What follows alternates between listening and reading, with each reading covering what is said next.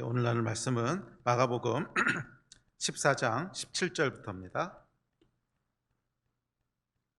14장 17절부터 31절까지 말씀.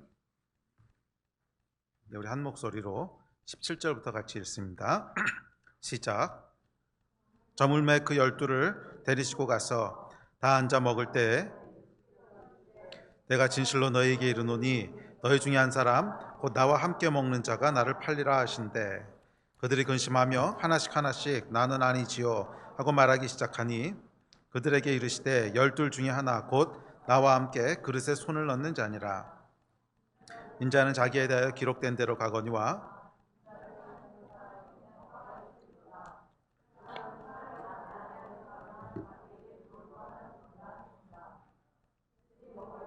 예수께서 떡을 가지사 축복하시고 떼어 제자들에게 주시며 이르시되 받으라 이것은 내 몸이니라 하시고 또 잔을 가지사 감사기도 하시고 그들에게 주시니 다 이를 마시매 이르시되 이것은 많은 사람을 위하여 흘리는 나의 피 곧 언약의 피니라. 진실로 너희에게 이르노니 내가 포도나무에서 난 것을 하나님 나라에서 새 것으로 마시는 날까지 다시 마시지 아니하리라 하시니라. 예수께서 제자들에게 이르시되 너희가 다 나를 버리리라. 이는 기록된 바 내가 목자를 치리니 양들이 흩어지리라 하였음이니라. 그러나 내가 살아난 후에 너희보다 먼저 갈릴리로 가리라. 베드로가 여짜오되 다 버릴지라도 나는 그리하지 않겠나이다. 예수께서 이르시되 오늘 이 밤 닭이 2번 울기 전에 내가 3번 나를 부인하리라. 베드로가 힘있게 말하되 내가 주와 함께 죽을지언정 주를 부인하지 않겠나이다 하고 모든 제자도 이와 같이 말하니라. 아멘. 저희가 마가복음 말씀 살펴보고 있습니다. 지난주에는 14장 말씀을 통해서 유다와 마리아의 대비되는 점들을 살펴봤습니다. 마가복음 이제 끝부분에 거의 다가가고 있는데 오늘 읽으신 본문은 아마 예수님께서 십자가를 지시기 바로 전날 저녁에 있었던 사건으로 그렇게 우리가 생각하고 있습니다. 그래서 이게 아마 목요일 저녁이었을 거고요. 목요일 저녁에 최후의 만찬으로 알려진 이 제자들과의 식탁에서 식사를 하시고 몇 가지 가르침을 주시고 그러고 나서 그 다음 날 새벽에 이제 기도하시다 잡히셔서 그 다음 날 그러니까 금요일 날 낮 12시에 이제 십자가에 달리십니다. 그러니까 아마 십자가 지시기 대충 뭐 한 열 몇 시간 전 한 그때쯤에 사건을 기록하고 있습니다. 자, 그런데 참 흥미로운 것은 이 십자가가 한 발 한 발 가까이 오니까 흥미로운 일들이 일어나는데 무슨 일이 벌어지냐면 사람들 안에 감추어졌던 민낯들이 드러나기 시작합니다. 이게 어쩌면 십자가의 영적인 능력인 것 같아요. 십자가 앞에 누구든지 서게 되면 또는 십자가가 우리 앞으로 다가오게 되면 우리 안에 감추어져 있던 것, 나도 모르고 사람들도 모르고 아무도 몰랐던 그 민낯들이 수면 위로 올라오게 하는 그런 능력이 십자가에게 있습니다. 그래서 14장부터 15장에 이제 십자가 지실 때까지 사건을 쭉 훑어가다 보면 그 십자가 주변에 있는 수많은 사람들 안에 숨겨져 있던 뭐 대부분이 다 죄지요. 그 죄악들, 드러나지 않고 있었던 그 추악한 모습들, 그 비열한 모습들, 이런 모습들이 다 겉으로 드러나게 됩니다. 다 이제 겉으로 드러나게 됩니다. 이게 여러분 십자가의 능력이고 십자가의 영적인 파워입니다. 우리가 누구든지 십자가 앞으로 나아갈 때 또는 십자가가 우리 앞으로 다가올 때 십자가가 다가온다고 하는 것은 또 위기가 다가온다는 뜻이죠. 또 십자가 앞에 나간다고 하는 것은 뭐 여러분 무슨 말씀이신지 아실 거예요. 십자가 앞으로 나아가거나 또는 십자가가 우리에게 다가오면 우리 안에 감추어져 있던 그래서 나도 모르고 다른 사람들도 모르고 아무도 모르던 그런 죄의 민낯들이 드러나게 됩니다. 그런데 그것이 전부는 아니에요. 십자가가 그 십자가 앞으로 나아가게 되면 또는 십자가가 다가오게 되면 죄의 민낯뿐만이 아니라 그 죄를 덮으시는 하나님의 은혜도 또한 함께 드러나게 됩니다. 그래서 이 십자가는 이 두 개를 동시에 드러내요. 우리 안에 있는 추악하고 비열한 죄들을 드러낸과 동시에 그 죄를 용서하시고 사하시고 덮으시는 그 하나님의 은혜도 함께 드러나게 됩니다. 이 14장하고 15장을 읽어보면 쭉 이렇게 묵상을 해보면 십자가 앞에서 드러나고 있는 죄의 모습들은 아주 추악하고 아주 비열합니다. 또 아주 다양합니다.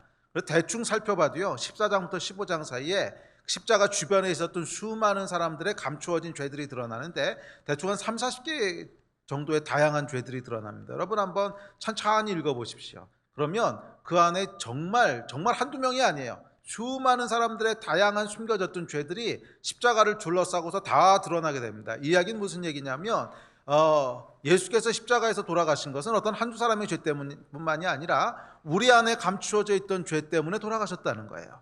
그리고 예수께서 처리하신 것은 이 드러나는 수많은 죄악들, 십자가 앞에 다가서게 되자, 십자가가 다가오게 되자 드러나게 되고 또 표면으로 올라오게 되는 그 수많은 인간들의 죄악들을 십자가에서 처리하신 거예요. 그래서 십자가가 그것들을 드러내는 거예요. 드러내는 이유입니다. 십자가가 우리 안에 있는 죄들을 막 들춰내서 끄집어내는 것은 단순히 우리를 수치스럽게 하고 또는 우리를 정죄하기 위해서가 아니라 십자가 위에서 처리한 것이 무엇인지를 보여주시는 거예요. 십자가 위에서 예수께서 처리하신 것이 무엇인가. 그런데 그것은 어떤 한두 사람의 죄가 아니라 십자가 주위에 있던 제자들부터 시작해서 수많은 사람들의 감추어져 있던 죄들이 우후죽순식으로 막 드러나면서 십자가를 지시게 됩니다. 저와 여러분도 예외가 아닙니다. 우리가 단지 그 현장에 없었을 뿐이지 우리도 그 현장에 있었다면 또는 우리도 지금 십자가 앞으로 나아가게 된다면 아마 분명히 저와 여러분 안에 감추어져 있던 수많은 추악한 죄들이 드러나게 될 거예요. 그리고 예수께서 십자가에서 처리한 것은 바로 그 죄들이라는 거예요. 저와 여러분의 죄로 인하여 우리 안에 나도 인식하지 못하고 사람들도 인식하지 못하고 보통 때는 눌려있고 감추어져 있지만 십자가 앞에 가면 드러나게 되는 그 비열하고 추악하고 아주 다양한 종류의 그 죄를 처리하시기 위해서 예수께서 십자가를 지셨다는 거예요. 그래서 십자가는 우리 안에 있는 죄들을 드러냅니다. 그러나 그게 끝이 아니죠. 동시에 그 죄를 어떻게 하나님께서 처리하시고 어떻게 하나님의 은혜로 덮으시는지 그 은혜가 십자가 가운데 함께 드러나게 됩니다. 자, 그래서 오늘부터 짧으면 3번, 길면 한 4번 정도에 걸쳐서 이 십자가가 드러내는 것들이라는 주제로 말씀을 살펴보려고 합니다. 한 3, 40가지 정도의 그 죄악들을 조목조목 살펴보려고 하는데 참 인간의 죄가요 창의적이에요. 정말 다양한 종류의 불의와 다양한 종류의 죄악들을 행합니다. 그 짧은 시간 동안에 예수께서 이 최후의 만찬 하시면서 돌아가실 때까지 길어야 한 20시간, 짧으면 한 열 서너 시간, 한 그 정도 시간 동안에 한 3, 40가지의 수많은 죄악들이 드러나는데 정말 창의적이고 정말 버라이어티한 죄악들이 드러납니다. 이게 여러분 타락한 우리의 현실이라는 거예요. 그리고 예수께서 십자가에서 처리하신 것은 바로 이 죄악들이라는 거예요. 네. 그래서 저와 여러분 가운데 십자가의 은혜가 다시 한번 넘치기를 축복합니다. 그냥 죄악들이 드러나면서 수치스러워하고 부끄러워하는 것이 아니라 그 죄악을 처리하신 예수 그리스도의 은혜, 그 죄악을 넘어가게 하신 하나님의 사랑, 그것들이 더 충만하게 풀어지는 시간 되기를 주의 이름으로 축복하고 또 축원합니다. 자, 십자가가 드러내고 있는 죄의 민낯과 또 그 죄를 덮으신 하나님의 은혜에 대해서 하나씩 살펴보기를 시작합시다. 자, 첫째, 오늘 이 본문의 배경은 여러분들 잘 아시다시피 조금 아까도 얘기했지만 최후의 만찬이라고 알려져 있는, 그러니까 예수님께서 십자가 지시기 직전에 그 전날 밤에 제자들과 함께 식사하시는 시간입니다. 자, 그 십자가를 바로 눈앞에 둔 이 만찬에서 죄와 긍휼의 모습이 적나라하게 드러나기 시작하는데, 가장 먼저 첫 번째로 드러나는 죄의 모습, 십자가가 드러나는 죄의 민낯은 배신입니다. 배신. 18절 말씀 다시 한번 같이 읽읍시다. 시작. 다 앉아 먹을 때 예수께서 이르시되 내가 진실로 너희에게 이르노니 너희 중에 한 사람 곧 나와 함께 먹는 자가 나를 팔리라 하시는데, 죄의 민낯은 여러분 배신입니다. 배신. 십자가가 다가오자 12제자 중 하나였던 유다가 예수를 배신하고 예수를 팔아먹습니다. 이 배신의 정의는 뭐냐면 선의를 악의로 갚는 거예요. 그렇죠? 선한 의도를 악한 의도, 악으로 갚는 것이 배신입니다. 유다는 여러분 잘 아시지만 돈꾀를 맡았던 자입니다. 돈을 맡길 때는 어떤 사람한테 맡기죠? 신뢰할 만한 사람한테 맡깁니다. 어떤 그룹이든지 그 그룹 가운데 돈 관리를 하는 사람이다. 그럼 그 사람은 가장 신뢰할 만한 사람이라는 뜻입니다. 예수께서는 유다를 신뢰하고 믿으셨어요. 신뢰하고 믿으셨는데, 그런데 이 신뢰에 답해서 돌아온 것은 배신이었습니다. 배신을 당해보신 분은 아시겠지만 이 죄 중에 가장 고통스러운 죄가 배신입니다. 다른 것들은 여러분 원수가 나한테 해코지 하거나 나하고 사이 안 좋은 사람이 나한테 뭐라고 하는 것은 몸은 좀 힘들어도 그러려니 합니다. 쟤는 원래 원수인데 나한테 저렇게 하겠지. 뭐 제가 선의를 베풀겠어. 그런데 배신은 좀 달라요. 배신은 믿었던 사람한테 얻어맞는 거라서요. 몸만 괴로운 게 아니라 몸과 마음이 다 상해요. 네. 그래서 다른 죄악들은 우리의 겉사람을 힘들게 하고 고통스럽게 한다면 배신은요, 겉사람과 속사람을 모두 다 고통스럽게 하고 무너뜨립니다. 자, 그런데 이 예수 그리스도의 십자가 사건이 배신으로부터 시작한다고 하는 것은 영적으로 깊은 의미가 있습니다. 왜냐하면 죄의 시작인 원죄, 선악과 사건을 생각해 보세요. 선악과 사건의 본질이 뭐예요? 배신이었어요. 선악과 사건은 배신이었어요. 하나님께서 아무런 악의도 행하신 게 없어요. 완벽한 환경을 만드시고 모든 선한 것을 주시고 항상 축복하셨는데, 이 선의, 악의가 하나도 없는 선의에서부터 갑자기 배신이 튀어나옵니다. 그게 배신이에요. 그래서 여러분, 십자가 사건도 그 시작점이 뭐냐면 유다의 배신이야. 예수께서 아무런 죄가 없으셨는데, 선의만 행하셨는데 갑자기 악의로 되갚아요. 또 선악과 사건, 최초의 죄였던 이 죄도 아무런 하나님의 악의가 없으셨어요. 제일 좋은 것들만 주셨는데 갑자기 배신하면서 죄가 튀어나오기 시작합니다. 자, 그래서 이 배신의 독특한 점은 뭐냐면 죄의 시작점이 된다는 거예요. 그게 배신이에요. 죄가 시작하는 것이 배신이에요. 그러니까 다른 죄들은 여러분 대부분 죄가 죄를 낳습니다. 복수가 복수를 낳고 미움이 미움을 낳고 전쟁이 전쟁을 낳고, 그러니까 그러니까 죄가 행해질 때 보면 뭔가 나한테도 죄 때문에 피해가 오는 거야. 그래서 그것 때문에 마음이 상하거나 감정이 올라오거나, 그래서 그 리액션으로 또 다른 죄를 짓게 돼요. 그래서 대부분의 죄들은 죄가 죄를 낳는 그런 패턴을 가지는데, 배신은 좀 달라요. 배신은 죄가 죄를 낳는 것이 아니라 아무런 악의가 없고 아무런 죄가 없는데 갑자기 툭 튀어나오는 죄가 배신이에요. 그래서 선악과도 배신으로 시작하고 십자가도 배신으로 시작합니다. 자, 이 이야기는 뭐냐면 우리 예수 그리스도께서 십자가에서 처리하신 것이 바로 선악과의 죄였다고 하는 것을 상징적으로 보여주는 거예요. 물론 뭐 선악과 사건이 있고 나서 모세, 다윗, 수많은 사람들과 역사들이 있었습니다. 그러나 영적으로는 이 선악과 사건과 십자가 사건이 바로 연결되는 거야. 그러니까 선악과 사건에서 아무 악의가 없고 아무런 불의가 없는 하나님의 완전한 환경 가운데 아담과 하와가 배신하면서 죄가 시작됐는데, 이 십자가 사건에 보면 긴 역사를 뛰어넘어서 똑같은 일이 시작됩니다. 예수께서 유다이가 잘못하신 게 하나도 없으셨어요. 예수께서는 완벽하신 분이신데, 무슨 그 스승이 제자를 학대하거나 월급을 안 주거나 이런 게 아니야. 완벽하게 하셨어. 가장 좋은 것만 주셨어. 그렇죠. 예수님이신데. 그럼에도 불구하고 배신이 툭 튀어나옵니다. 그러니까 이게 선악과 사건의 데자부가 일어나는 거야. 그래서 영적으로는 선악과에서 일어났던 이 원죄가 다시 유다라는 것을 통해서 다시 리마인드 되면서 예수께서 이 사건을 지고 십자가에 오르시는 거예요. 그래서 예수님께서 십자가에서 처리하신 것은 우리들의 구체적인 죄들도 있지만 인간의 원죄, 하나님을 배신하며 떠났던 이 모든 결과들을 예수께서 십자가에서 지시고 처리하시는 거예요.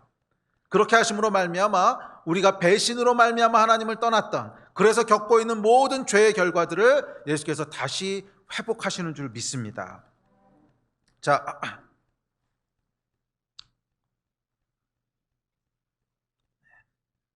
그래서 십자가가 시작되는데 보면 배신이라는 것이 있고요. 또 예수 그리스도의 십자가에는 배신의 못이 박혀 있습니다. 자, 두 번째 드러나는 죄의 민낯은 억울한 희생입니다. 22절부터 24절까지 읽읍시다. 시작. 예수께서 떡을 가지사 축복하시고 떼어 제자들에게 주시며 이르시되 받으라, 이것은 내 몸이니라 하시고, 또 잔을 가지사 감사기도 하시고 다 이를 마시매 이르시되 이것은 많은 사람을 위하여 흘리는 나의 피 곧 언약의 피니라. 자, 예수께서 많은 사람을 위하여 피를 흘리십니다. 이 피는 억울한 피고 이 죽음은 억울한 죽음입니다. 자, 이것이 여러분 죄가 십자가가 드러내는 죄의 모습입니다. 죄는 여러분 억울함을 낳습니다. 죄는 억울함을 낳아요. 죄의 결과는 억울한 사람의 고통과 슬픔, 죄는 억울한 사람의 희생과 죽음으로 나타납니다. 그런 면에서 이 죄는요, 하나님의 속성하고 대척점에 있습니다. 우리 하나님께서는 억울한 걸 아주 싫어하시거든요. 불의한 것을 아주 싫어하세요. 성경에 보면 이렇게 묘사합니다. 우리 몇 구절 같이 읽읍시다. 시작. 너는 객이나 고아의 송사를 억울하게 하지 말며 과부의 옷을 전당 잡지 말라. 가난한 백성의 억울함을 풀어주며 궁핍한 자의 억압하는 자를 꺾으리로다. 악인을 두둔하는 것과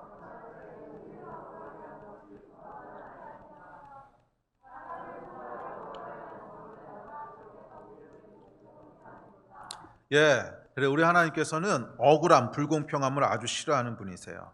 그래서 그분의 호칭은 공이고 그분의 이름은 공평입니다. 십자가에서 드러나는 죄의 모습은 억울함입니다. 죄를 짓는 자와 그 결과를 치르는 자가 다른 것이죠. 도둑질을 하는 사람이 있고 도둑질을 당하는 사람이 있습니다. 그러니까 죄를 짓는 건 도둑질을 한 사람인데 죄의 결과는 누가 감당해요? 누가 피해를 입게 돼요? 도둑질을 당한 사람이야.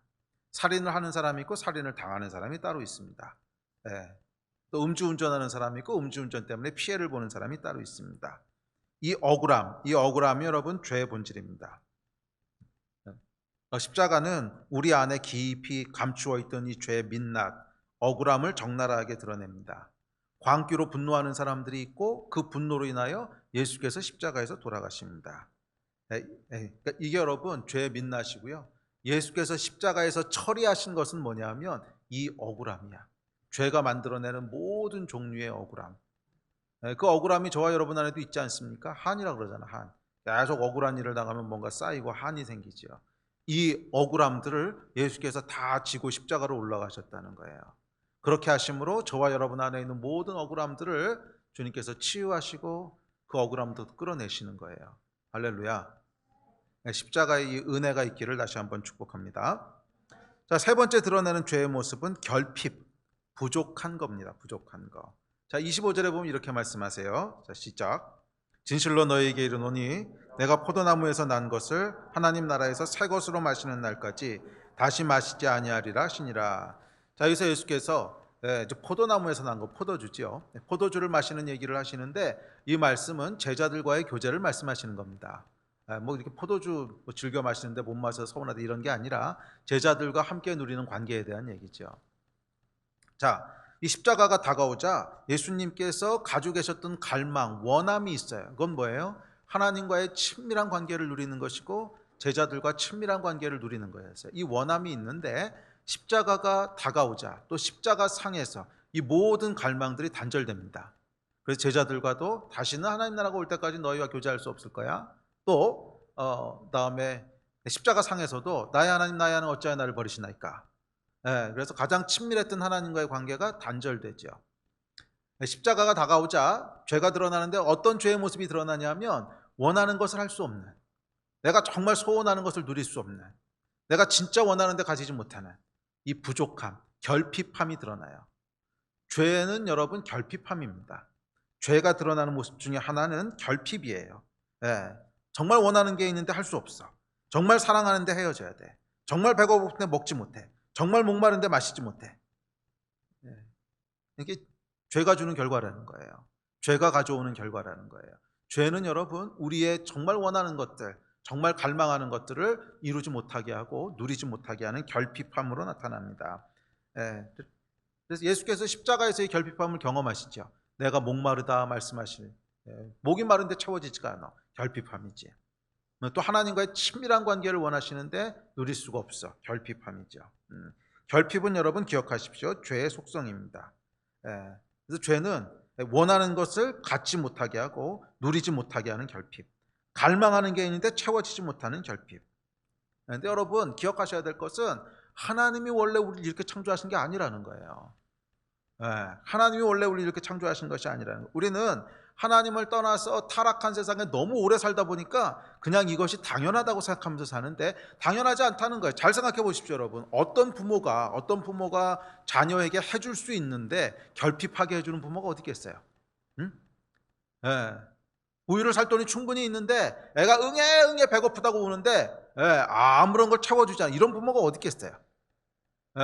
충분히 재정적인 여유가 있는데 뭐 추위에 떨도록 아이를 놔두는 부모가 어디 있겠어요? 하물며 우리 하나님께서 그러셨겠냐고. 우리 하나님께서 저와 여러분을 창조하실 때 우리가 원하는 게 있어도 누리지 못하고 정말 우리가 갈망하는 게 있어도 소유하지 못하도록 그렇게 만드셨겠냐고.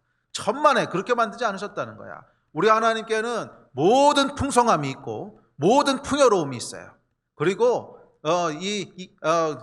저와 여러분을 창조하실 때 하나님께서는 이 하나님 안에 있는 모든 생명의 풍성함을 다 누리도록 그렇게 만드셨다는 거야. 그런데 죄가 들어오게 되죠. 죄는 뭐예요? 죄는 하나님과의 단절이야. 배신으로부터 시작하는 거잖아. 죄는 하나님을 떠나는 거야. 그러면서 우리에게 모든 풍요로움을 공급해 주시는 하나님의 공급선이 끊어져 버린 거야. 그래서 인간은 결핍하게 된 거예요.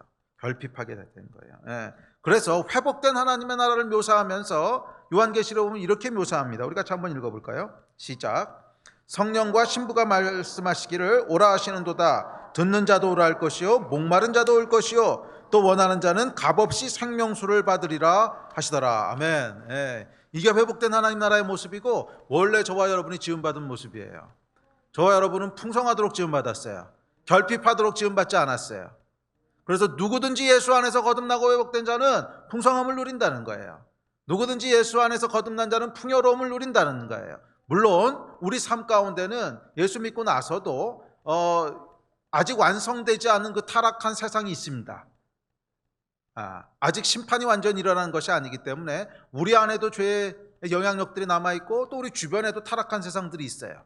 그래서 이런 결핍들을 시시때때로 겪으면서 살지만 완성될 하나님의 나라에서는 이 결핍들이 전혀 없을 것이고 그 이전에라도 우리가 성령 안에서 하나님의 나라를 경험할 때는 항상 풍요로움이 있다는 거예요. 우리의 결핍함을 채우시는 하나님의 생명수가 있다는 거예요. 아멘.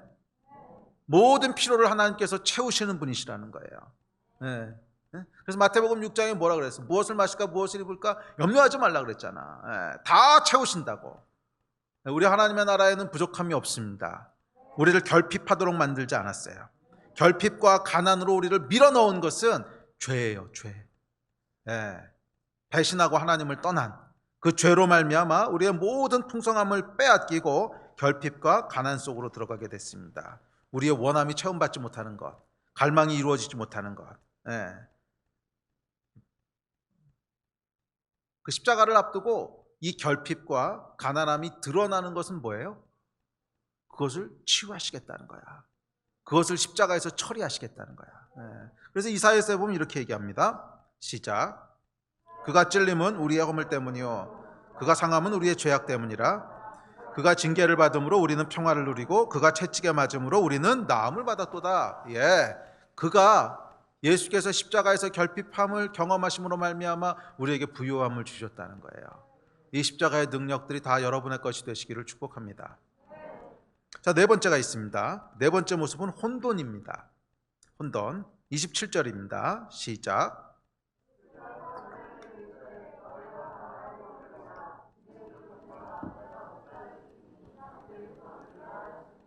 아멘.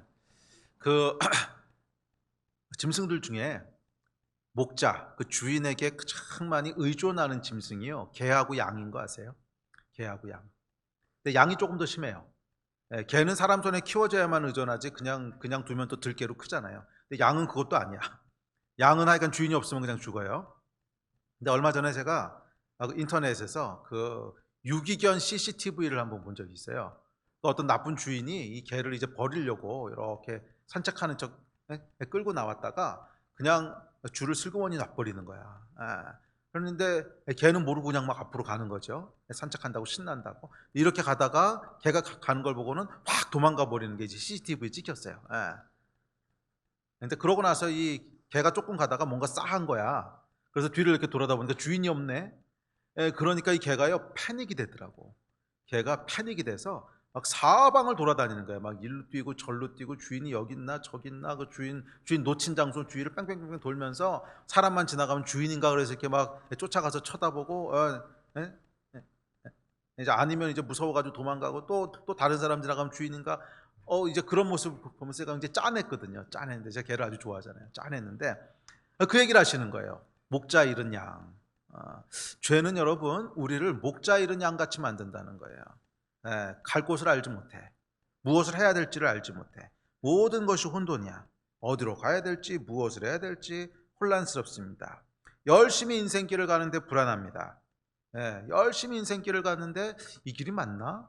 열심히 뭔가 하긴 하는데 이게 뭐 하는 거지? 어디로 가는 건지, 이 길이 맞는 건지 온통 혼란스러워. 그렇지 않습니까, 여러분? 그게 하나님을 떠난 인간의 모습이고 죄의 결과라는 거예요. 열심히 하기는 하는데 뭘 하는지 잘 모르겠어. 열심히 가기는 가는데 이게 앞으로 가는 건지 잘 모르겠어. 그래서 한참을 열심히 간다고 가는데 뒤돌아보면은 간 게 아니고 방황한 거야. 빙빙 돈 거야. 열심히 한다고 뭐를 하는데 정말 이 길이 맞는 건지 혼란스럽고 혼돈스럽고, 이게 여러분 십자가가 드러내는 죄의 모습이에요. 목자를 치리니 양들이 흩어지리라. 그래서 사실은 이 말씀하시고 조금 있다 진짜 양들이 이렇게 되죠. 예수께서 십자가에 달리시는 것을 보고는 다 흩어져서 도망갑니다. 그러고는 그 다음부터는 혼돈이야. 제자들이 그 전까지는요 뭘 하는지를 알았어. 정말 우린 예수 그리스도의 제자고 사도고 뭐 이루어야 될 사명이 있고 아주 명확했는데, 예수께서 십자가를 지시고 그리고 이 제자들이 흩어지면서 혼돈스럽게 되고 난 다음엔 그냥 고향 앞으로 해가지고 고향에서 그냥 이제 고기 잡습니다. 그런데 얼마나 혼돈스러웠을까 생각해 보세요. 이게 내가 뭐 하는 거지? 내 인생이 지금 어디를 향해 가고 있는 거지? 이 고기 잡아서 내가 뭐 하겠다는 거지? 열심히 잡으면서도 뭐 하는지 몰라. 어디로 가고 있는 건지도 혼란스러워. 삶의 방향을 잃고 목표를 상실하게 되는 것. 이게 여러분 죄의 결과라는 거예요. 십자가 앞에서 이 혼돈이라고 하는 죄의 모습이 이제 드러나게 됩니다. 자, 다섯 번째가 있습니다. 이제 십자가가 드러내는 죄의 모습. 다섯 번째는 실패와 그 실패로 인한 낙심이에요. 30절에 보면 예수께서 이렇게 말씀하십니다. 시작. 그래서 이르시되 내가 진실로 내게 이르노니 오늘 이 밤 닭이 두 번 울기 전에 내가 세 번 나를 부인하리라. 이 베드로에게는 여러분 평생 예수를 따라가겠다고 하는 결심이 있었습니다. 그렇죠? 그리고 다음 절 보면 그렇게 얘기하잖아요. 평생 예수를 쫓겠다고 하는 소원이 있었고 결심이 있었어요. 뭐 예수를 배신한다? 생각해 본 적도 없어. 뭐 생각도 해본 적이 없는 거야. 이 베드로는 여러분 뭐 이렇게 많이 배운 사람은 아니었어요. 또 가난했던 것 같지는 않지만 그렇다고 부자도 아니었어. 그런 베드로가 평생 나는 이런 사람이야 라고 가지고 있었던 자부심 중에 하나가 여러분 뭐였냐면, 나는 그래도 신의를 지키는 사람이야 이거였어요. 나는 그래도 누구 배신하고 비겁하게 도망가고 그런 사람 아니야. 나는 그래도 신의가 있는 사람이고 의리가 있는 놈이야. 그게 베드로의 어떤 최후의 어떤 보루였고 자존심이었어. 어떻게 할 수 있냐고요? 그 다음 절 보면 나오잖아요. 그 다음 절 31절에 보면 뭐라고 얘기합니까? 시작. 힘있게 말하되 내가 주와 함께 죽을지언정 주를 부인하지 않겠나이다 하고 모든 제자들 이와 같이 말하니라. 뭐 이때뿐만이 아니라 그 전에 베드로가 했던 말과 행동들을 쭉 보면 맞아, 베드로는 그런 사람이에요. 뭐 많이 배우지도 못했고 돈이 많고 뭐 그런 것도 아니지만 그럼에도 불구하고 하여간 의리가 있는 사람, 그래도 신의를 지키는 사람. 아마 베드로도 그게 스스로에 대해서 가지고 있던 프라이드였을 것이고 스스로에 대해서 가지고 있던 어떤 자신감 또는 자존감이었을 거예요. 자, 그런데 그 밤, 그날 밤 뭔 일이 일어납니까? 이 베드로의 비겁하고 치졸한 모습이 그대로 드러나게 됩니다. 그리고 예수께서 잡히실 때 예수를 부인하고 세 번 부인하고 도망가게 되죠. 자, 이 실패로 말미암아 아주 심하게 베드로가 낙심하게 됩니다. 뭐 제자들도 마찬가지고 아주 심하게 낙심하게 됩니다. 실패는 항상 낙심을 가져옵니다. 실패했는데도 낙심하지 않는다. 이건 굉장히 특별한 경우예요. 이건 진짜 주의 은혜가 있지 않으면요, 뭐 실패하는데 낙심하지 않는 일은 안 벌어져요. 그렇죠. 여러분도 실패 경험해 보신 적이 있어요? 뭐 시험 봤는데 떨어졌다거나 진짜 내가 원하는 게 있는데 실패했다거나 또는 사람과의 관계가 깨지면서 뭔가 큰 상처를 주고받았다거나 실패하게 되면 여러분 그 다음에 뭐가 되죠? 위축이 됩니다. 위축된다고 하는 건 낙심했다는 거예요. 그래서 이 제자들과 베드로도 마찬가지였습니다. 요한복음 21장에 보면 부활하신 예수 그리스도를 만나고 제자들이 뭘 하냐면 고향으로 돌아가서 고기를 잡는 모습이 나와요. 어떻게 이런 일이 벌어질 수 있는가? 낙심했기 때문에 그런 거예요. 잘 생각해 보세요, 여러분. 부활하신 분을 만났어, 부활하신 분을. 계속 예수님께서 부활할 거라고 그랬고, 부활하면 내가 하나님이라 그랬고, 아니 그러면 예수께서 돌아가시는 그 장면을 보고 막 무서워서 도망가고 슬퍼하고 절망했던 사람들이 부활하신 예수님을 만나면 어떤 반응을 보여요? 완전히 역전된 거 아니야. 너무 신나고 막 익사이링하고 맞아 이제 우리 세상이야 뭐 이래야 될 것 같잖아요. 근데 그렇게 반응을 안 한다고. 왜? 실패한 낙심이 있는 거야. 그렇죠? 예수께서 그 잡히시던 밤에 그 비참하고 치졸하게 예수님을 배신하고 도망갔던 그 수치심과 그 실패감이 아주 깊게 낙심하게 만든 거죠. 깊게 낙심해서 아유 그래 예수님 부활하셨으니까 할렐루야. 그분이 하나님이신 것도 아멘. 그렇지만 나는 아니야. 우리는 디스퀄리파이 된 사람들이야. 우리는 거기에 안 돼. 그냥 우리는 고향에 돌아가서 고기나 잡고 먹고 사는 게 딱 맞아. 그리고 돌아간 거야. 요한복음 21장. 낙심했습니다. 낙심. 그 기억하십시오, 여러분. 십자가가 드러내는 죄의 모습 중에 하나는 실패와 낙심입니다. 실패와 낙심. 물론 모든 실패가 구체적으로 여러분이 어떤 죄를 졌기 때문에 그 죄의 결과로 실패하고 이렇게 나타나지 않을 수는 있어요. 그러니까 어떤 일은 우리가 전혀 잘못한 게 없고 최선을 다해도 실패하는 경우도 있어. 왜? 타락한 세상에 사니까. 그것은 나의 죄가 아니라 다른 사람들의 죄, 또 그 죄가 모여서 만든 문화, 그런 세상 때문에 내가 최선을 다하고 선의를 해도 실패할 수가 있습니다. 그러나 큰 그림에서 볼 때, 넓은 의미에서 볼 때 실패는요 죄의 결과가 맞아요. 원래 하나님이 저와 여러분을 창조하실 때 실패하도록 창조하신 게 아니란 말이야. 아니 어떤 부모가 자녀한테 실패할 거를 기대해요. 천만에. 우리 하나님께서는 절대 우리가 실패하도록 원하지 않으세요. 실패하도록 우리 디자인하신 게 아니에요. 항상 성공하고 풍성하고 이루고 이기고 그렇게 창조하셨지. 실패하도록 창조하신 게 아니라는 거야. 실패하는 존재로 만들지 않으셨어요. 원래 하나님이 창조하신 저와 여러분의 모습은 원하는 것을 이루고 바라는 것을 성공하는 그런 모습입니다. 그런데 불행하게도 하나님을 떠난 죄가 이 모든 것을 파괴합니다. 그래서 죄 가운데 있는 인간, 타락한 세상 가운데 있는 인간은 관계에 있어서 실패를 맛보고 소원하는 것도 실패하고 사명에도 실패하고 계속 실패 속에 삽니다. 그리고 이 실패는 또한 낙심을 낳습니다. 이것도 여러분 우리가 타락한 세상에서 워낙 오래 살다 보니까 그냥 익숙해져 버리지 않았습니까? 뭐 사람이 살다 보면 실패할 수도 있는 거고 사람이 살다 보면 뭐 항상 성공하기만 하나? 익숙해져 버렸어요. 아니 여러분 이게 죄에 익숙해진 거야. 죄의 결과에 익숙해진 거야. 이건 결코 축복이 아니에요. 익숙해지면 안 돼요. 우리는 여러분 이기고 승리하는 거에 익숙해져야 돼. 왜냐하면 그게 저와 여러분의 본질이니까. 그래서 구원받은 주의 백성들을 향해서 예수님 뭐라 그러셨어요? 할 수 있거든요. 무슨 말이냐? 믿는 자들에게 능치 못할 것이 없다 그러셨잖아. 너희가 2번은 성공하고 1번은 실패할 거야. 이렇게 말씀 안 하셨어요. 능치 못할 것이 없다 그러셨어. 절대로 실패하지 않을 거라 그러셨다고. 왜? 그게 우리의 본질이에요. 죄에서부터 구원받은 십자가를 통과한 저와 여러분의 본 모습이에요. 절대로 여러분 실패에 익숙해지지 마세요. 실패 때문에 낙심에 사로잡히지 마세요. 사실 여러분 실패보다 더 무서운 게 낙심이야. 실패는 여러분 살다 보면 할 수 있어요. 왜냐하면 타락한 세상에 사니까. 내가 꼭 죄를 짓지 않았다고 해도 뭐 다른 사람의 죄 때문에 내가 손해볼 수도 있고 또 문화 자체가 워낙 타락한 문화이기 때문에 선한 것이 꼭 승리하는 게 아니잖아. 그래서 뭐 실패할 수 있어요. 그렇지만 낙심에 사로잡히지 말아야 돼. 실패보다 더 무서운 게 낙심이에요. 실패는 한 번이지만 낙심은 계속되는 실패를 만들어냅니다. 낙심은 우리를 주저앉아 있게 하고 다시 일어나지 못하게 합니다. 그리고 낙심은 새로운 시도를 거부하고 다시 실패할 것에 대한 두려움에 함몰돼서 그저 시간이 흐르기만을 기다립니다. 그리고 그 시간이 흐름 끝에 기다리는 것은 뭐 새로운 소망이나 축복이 아니야. 더 큰 절망과 저주만 기다리는 거야. 절대로 여러분 낙심에게 여러 마음을 내어주지 마세요. 죄예요. 죄가 만들어내는 거예요. 우리가 실패할 수 있어.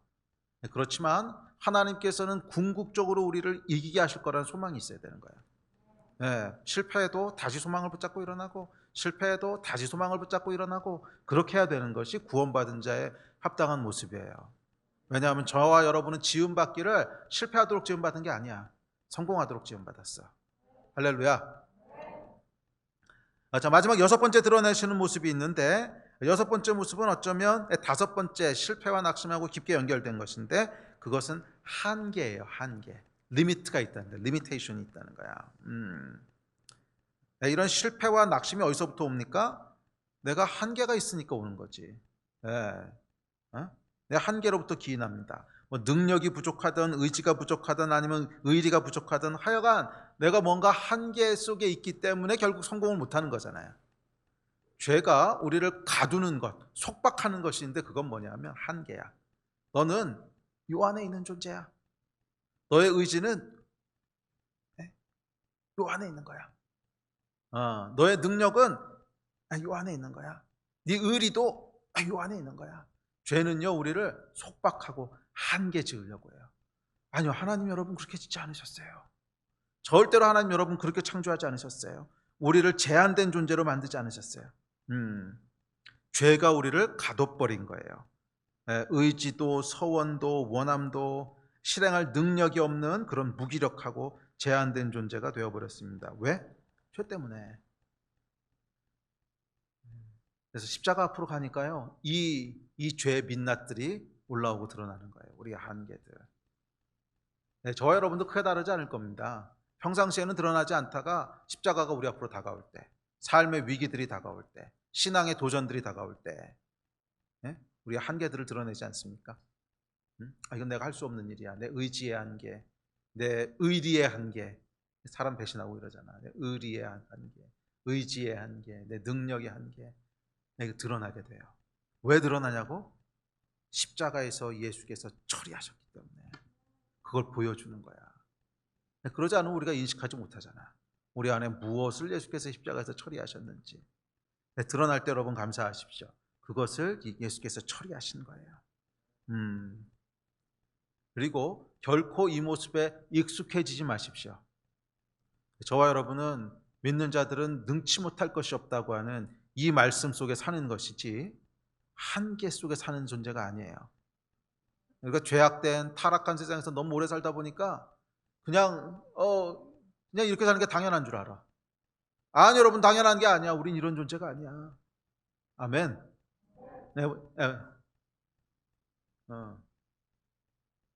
절대로 저와 여러분은 한계 속에 갇혀서 실패하고 낙심하고 그렇게 평생을 살아가는 존재가 아니에요. 예수께서 이미 십자가에서 그것을 다 처리하셨고 그것을 뛰어넘게 하셨어요. 십자가가 드러나는 마지막 6번째 모습은 무기력한 인간의 모습이에요. 한계 속에 갇혀있는 모습. 자, 근데 감사한 것이 있습니다. 이게 끝이 아니라는 거지. 십자가에서 드러나는, 또 십자가가 드러내는 우리의 죄의 모습들을 바라보고 있으면요 참 암울하고 답답합니다. 14장 15장을 제가 쭉 이렇게 말씀을 준비하면서 묵상하면서 보니까 죄의 목록들이요 끊임없이 나와요. 끊임없이. 아니 그 짧은 시간 동안에 뭐 40개 가까이 나온다면 여러분 정말 이게 이게 한 절 건너 한 절이야. 그냥 매 절마다 인간 군상들의 비열하고 치졸하고 악하고 추악한 모습들이 계속 드러나요. 그리고 더 괴로운 건 뭐냐면 그게 우리 모습이라는 거지. 더 괴로운 건 그게 우리 모습이라는 거야. 사실 우리가 그 자리에 있었어도, 우리가 십자가 앞에 섰어도 똑같은 게 나왔을 거예요. 저와 여러분이라고 뭐 특별하겠습니까? 타락한 인간 안에 있는 것은 다 그런 거라는 거야. 그래서 이걸 보고 있으면 답답하고 우울하고 그렇습니다. 그런데 감사한 것은 그게 끝이 아니라는 거야. 십자가가 드러내는 더 강력하고 더 영광되고 더 파워풀한 게 있는데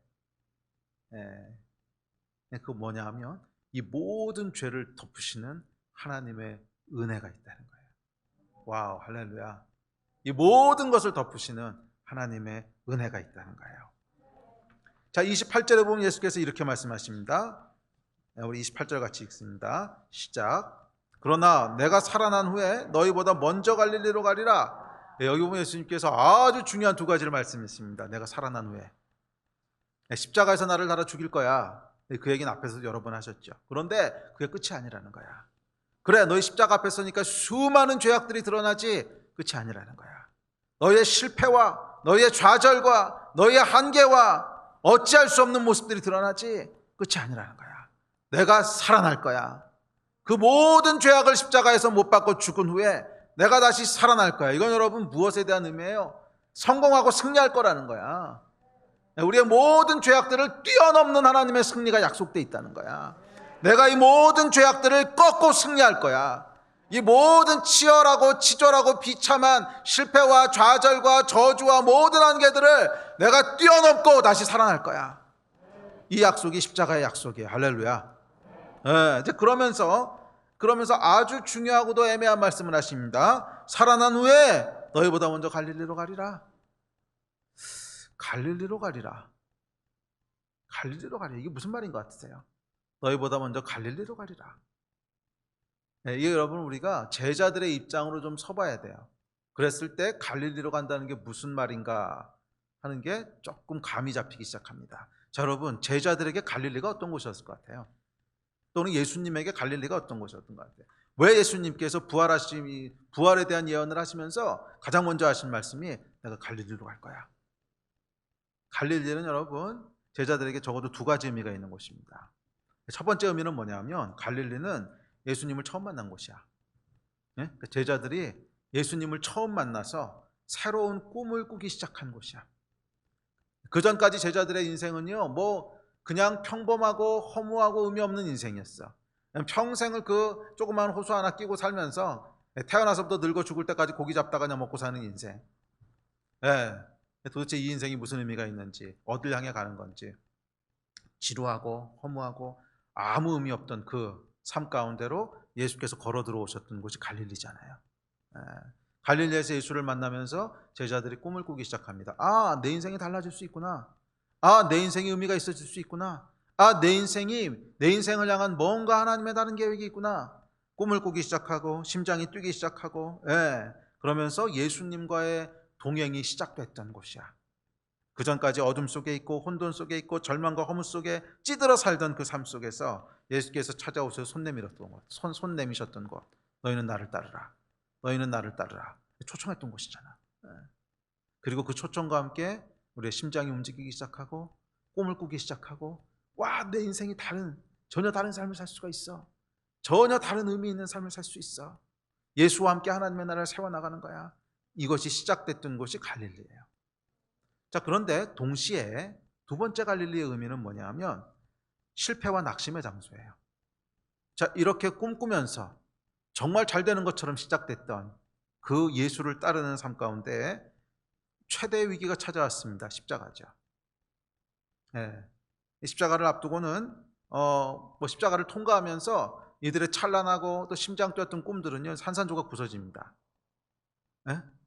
그러면서 예수를 따라가면서 꿈꿨던 것들, 찬란한 인생들, 하나는 우편에 하나는 좌편에, 찬란한 꿈은 아니지, 개꿈이긴 하지만 하여간 어쨌거나 예수님과 함께 꿈꿨던 그런 꿈들이 아주 산산이 부서집니다. 그리고 실패, 좌절, 또 정죄, 낙심, 그것이 가장 이들의 삶을 채우기 시작합니다. 자, 이런 제자들이 돌아갔던 곳이 갈릴리예요. 왜? 딴 데 갈 곳이 없거든. 이제 딴 데 어디로 가겠어, 이 사람들이. 꿈도 다 깨졌어. 더 이상 할 수 있는 것도 없어. 그럼 원래 그냥 먹고 살던 곳으로 돌아가야지 어디로 가겠어. 그래서 이들이 돌아간 곳이 갈릴리입니다. 요한복음 21장이 그 얘기하고 있죠.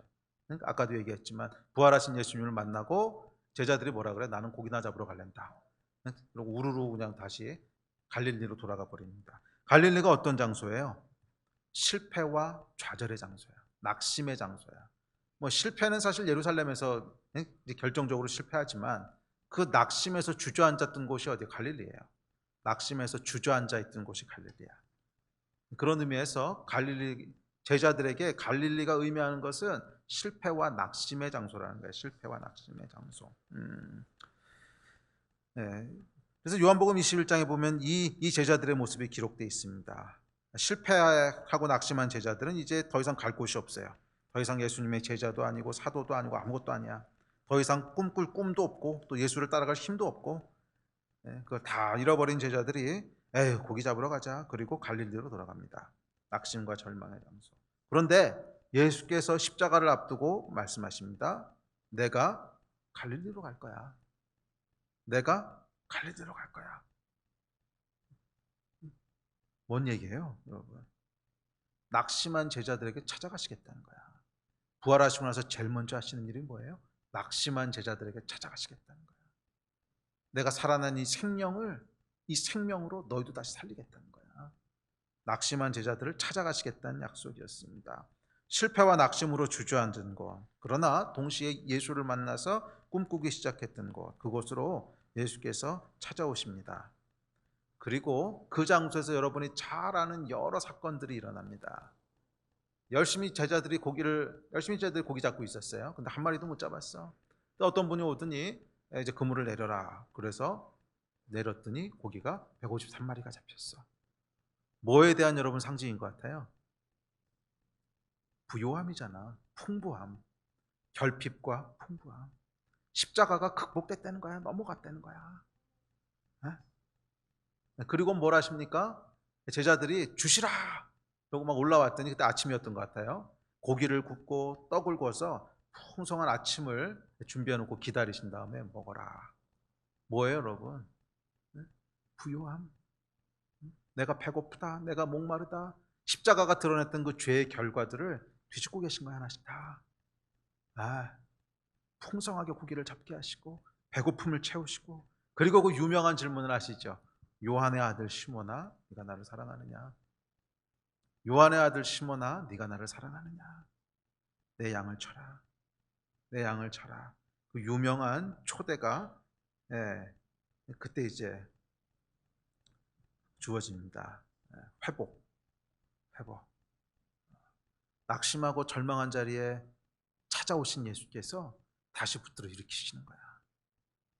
너는 낙심하고 실패했다고 생각할지 몰라도 나는 아직 끝나지 않았어. 너는 끝났다고 생각할지 몰라도 나는 끝나지 않았어. 나는 갈릴리로 갈 거야. 너희가 낙심하고 있는 그곳으로 다시 찾아갈 거야. 그래서 다시 손을 붙잡아 일으킬 거고, 네가 나를 처음 만났을 때 꿈꿨던 것을 계속 꿈꾸게 할 거고, 다시 일으켜서 원래 같은 길 가게 할 거야. 이게 여러분 갈릴리로 갈리라의 뜻이에요. 회복하시는. 그래 여러분, 십자가가 드러내는 가장 강력한 파워가 뭔지 아세요? 회복이에요. 회복. 수많은 죄악들이 십자가 앞에 드러나지만 그게 끝이 아니라 수많은 실패와 낙심과 좌절과 이 모든 어두움에도 불구하고 그것을 뛰어넘는 십자가의 놀라운 은혜가 있는데, 그것은 저와 여러분을 다시 회복시키시는 십자가의 능력인 줄 믿습니다. 그래서 이제 이 갈릴리는요, 제자들에게 세 번째 의미를 갖게 됩니다. 그게 뭐예요? 회복의 장소가 되는 거예요. 분명히 저와 여러분에도 이 갈릴리가 있을 거예요. 세 가지 의미를 동시에 갖고 있는 갈릴리가 분명히 있을 거야. 예수와 함께 시작했던 것, 예수와 함께 꿈꾸기 시작했던 것, 예수와 함께 새 인생을 살기 시작했던 것 있지 않으세요? 또한 동시에 좌절했던 것 있지 않으세요? 항상 성공만 하면서 사는 거 아니잖아. 좌절하고 실패하고 그만두고 싶고, 좌절의 갈릴리. 거기서 끝나면 안 돼요. 오늘 세 번째 갈릴리를 만나야 돼. 예수께서, 부활하신 예수께서 찾아오시는 것, 십자가를 통과한 제자와 십자가를 통과한 예수들이 만나는 것, 예수님이 만나는 것, 십자가를 통과한 제자들과 십자가를 통과한 예수님이 만나는 것. 더 이상 결핍함이 없는 것, 더 이상 실패가 아니라 승리가 존재하는 것, 더 이상 낙심이 아니라 소망이 다시 살아나는 것, 다시 꿈꾸기 시작하는 것. 이게 여러분 세 번째 갈릴리야. 이 갈릴리가 여러분에게 있으십니까? 오늘 그 갈릴리에서 예수를 만나시기를 축복합니다. 예수께서는 never give up, 절대로 포기하지 않으세요. 부활하신 예수께서 다시 갈릴리로 찾아오십니다. 부활하신 예수님께서는 저와 여러분의 갈릴리로 찾아오는 분이세요. 저와 여러분이 낙심해 있는 곳, 실패해서 주저앉아 있는 곳, 실망, 정죄, 무기력, 그 장소로 다시 찾아오셔서 우리를 다시 움직이게 하시고, 우리를 다시 초청하시고, 다시 꿈꾸게 하시고, 다시 회복하는, 그게 여러분 진짜 십자가예요. 십자가는 저주가 아니야. 십자가는 단순히 죄만 드러내는 것이 아니야. 십자가가 진짜 선포하고 있는 것은 여러분 뭐냐 하면, 은혜가 죄와 사망을 이겼다는 거예요. 할렐루야. 진짜로 십자가가 선포하고 있는 것은 저희 안에 있는 치졸한 죄를 드러내고 끝내는 게 아니야. 우리를 수치스럽게 하고 당황스럽게 하고 끝내는 게 아니라, 십자가가 진짜 선포하고 있는 메시지는 은혜가 죄와 사망을 이겼다는 거예요. 어떠한 죄와 사망의 권세도 하나님의 은혜를 뛰어넘을 수 없다는 거야. 어떠한 절망과 어떠한 실패와 어떠한 한계도 하나님의 은혜를 뛰어넘을 수 없다는 거야. 우리 예수께서는 다시 갈릴리로 찾아오는 분이신 줄 믿습니다. 아마 우리 말씀을 정리합시다. 예배팀 나오십시오. 여러분, 우리 예수님이 어떤 분인 줄 아십니까? 우리가 실패하고 낙심할 때 갈릴리로 오시는 분이십니다. 또 실패하면 또 오시는 분이십니다. 또 실패하면 또 오시는 분이십니다. 또 낙심하면 또 오시고 또 오시고 또 오시고 또 오시고. 할렐루야. 언제까지 오십니까? 회복될 때까지 오시는 분이세요. 혹시 이 가운데 실패와 좌절 가운데 있으신 분 있으십니까? 뭐 과거에 아마 그런 경험이 있었던 분들도 있을 것이고, 또 지금이 그런 시즌인 분도 아마 분명히 있을 거예요. 실패하고 좌절하고 정죄감에, 죄가 들어오게 되면 여러분 가장 무서운 게 낙심과 정죄예요. 죄가 들어왔을 때 여러분 회개하고 다시 시작하면 되거든. 어차피 예수님께서 십자가에서 처리하셨기 때문에 죄 때문에 넘어질 수 있어요. 우리는 수만 번 넘어질 수 있고 수십만 번 넘어질 수 있어요. It's okay. 그 모든 죄를 십자가에서 처리하셨기 때문에 그냥 It's okay 그러고 일어나면 돼. 그런데 진짜 무서운 건 뭐냐면 절망과 낙심이야. 정죄. 나는 안 돼. 나는 계속 실패하는 놈이야. 아이고 벼락도 낯짝이 있지. 똑같은 죄를 1000번 짓는 놈이 어딨냐. 이런 정죄감, 낙심. 나 이제 그만해야 돼. 더 이상 하는 거는 이게 민폐야, 민폐. 스스로에 대한 실망, 정죄, 낙심. 난 안 돼. 이 여러분 진짜 무서운 거예요. 죄가, 원수가 결국 여러분을 가두려고 하는 것은 그 감옥이야.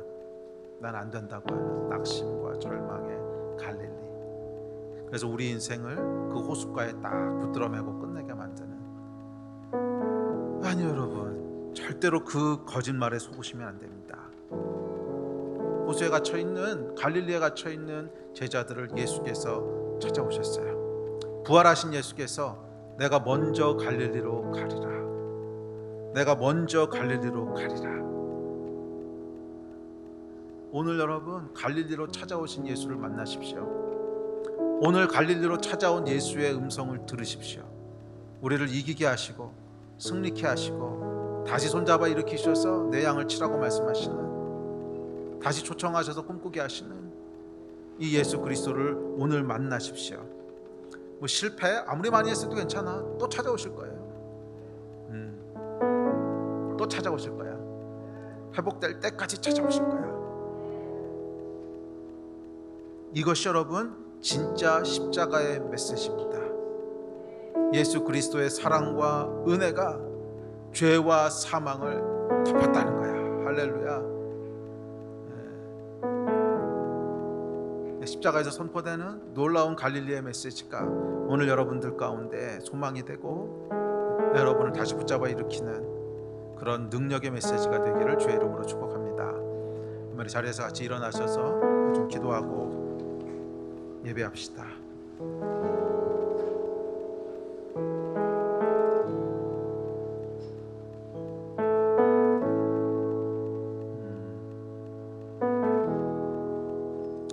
혹시 실패하고 좌절하고 정죄감 가운데 있는 분들이 있으십니까? 오늘 예배 가운데 깊게 말씀하시는 성령님의 음성을 들으십시오. 내가 갈릴리로 가리라. 내가 갈릴리로 가리라. 이 음성을 여러분 들으셔야 합니다. 그리고 오늘 회복의 날이 되기를 축복합니다. 오늘 회복의 날이 되기를 축복합니다. 그렇게 될 수 있습니다. 이 회복은 여러분 멀리 있는 것이 아닙니다. 갈릴리로 오신 예수 그리스도의 음성을 들으면 되는 거예요. 갈릴리로 오신 예수 그리스도의 음성을 들으면 되는 거예요. 예수께서 괜찮다 그러시는데 뭐가 문제야? 예수께서 일어나라 그러시는데 뭐가 문제야? 이 음성을 들으면 되는 거예요. 오늘 같이 우리 기도합시다. 기도할 때 우리 성령님 앞에 나가서 간절히 기도합시다. 오늘 갈릴리에서 예수 그리스도를 만나던 제자들처럼 오늘 예수 그리스도의 음성을 듣는 날이 되기를 소원합니다. 내 영혼 깊은 곳에 울리는 회복과 은혜의 메시지가 선포되기를 간절히 소원합니다. 주님, 오늘 내 손을 잡아 일으키시고 오늘 하나님의 은혜와 회복의 역사를 우리 가운데 행하십시오. 아멘. 우리 이 마음 가지고 간절히 우리 좀 기도하고 예배합시다. 기도하시겠습니다.